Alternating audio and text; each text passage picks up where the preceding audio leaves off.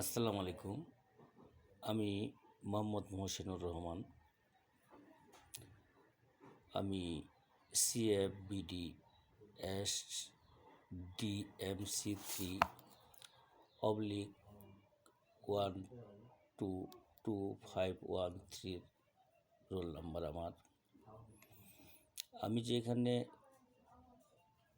সেক্সুয়ালের ক্লাসগুলো করাইছিলেন আমার স্যার, জনাব পবিত্র স্যার, উনি সুন্দর এবং দক্ষতার মাঝে আমাদেরকে পরিচালিত করেছে।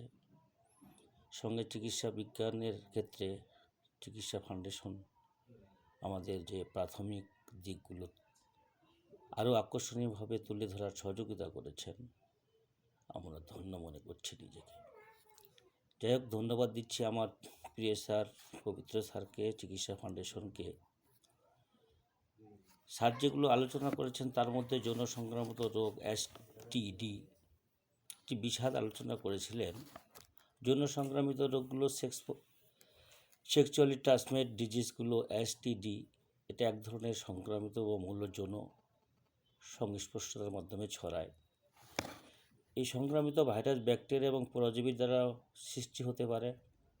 এটি বিশ্বব্যাপী জনস্বাস্থ্য সচেতনতার জন্য অন্যতম প্রধান সমস্যা, জনস্বাস্থ্যের জন্য সমস্যা হতে পারে,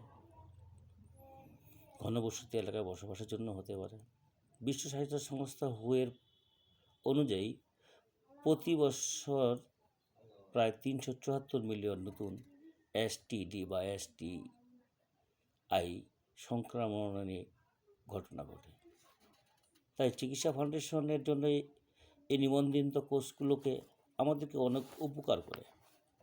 সেক্ষেত্রে ব্যাকটেরিয়াজনিত রোগগুলোর মধ্যে আমাদের আসতে পারে সিফিলিস, গনোরিয়া, ক্যাম্বাইরিয়া। ভাইরাসজনিত STDর মধ্যে আসতে পারে HIV বা AIDS, human papilloma virus, Harpic. পরজীবী ঘটিত কারণের যে রোগগুলো হতে পারে ট্রাইকোমোনাসিস, পিউরোবিক লাইট। এটা সাধারণত যদি আমরা একটু সচেতন হই তাহলে এগুলোকে আমরা খুঁজে পাই। আমরা এগুলোকে প্রতিরোধ করার জন্য আমাদের কিছু নিয়ম নীতির মাধ্যমে চললে প্রতিরোধ করা সম্ভব।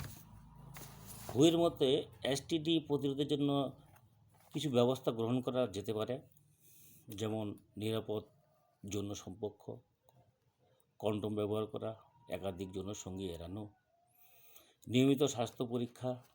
যদি ঝুঁকিপূর্ণ যৌন আচরণ থাকে তাহলে নিয়মিত STD পরীক্ষা করানো জরুরি। টিকাদান, HIV এবং হেপাটাইটিস B এর মতো টিকা গ্রহণ করলেও আমরা এগুলোকে রক্ষা করতে পারি। জনসচেতনতা বৃদ্ধি, STDs এর সম্পর্কে শিক্ষা এবং সচেতনতা বাড়ানো সম্ভব।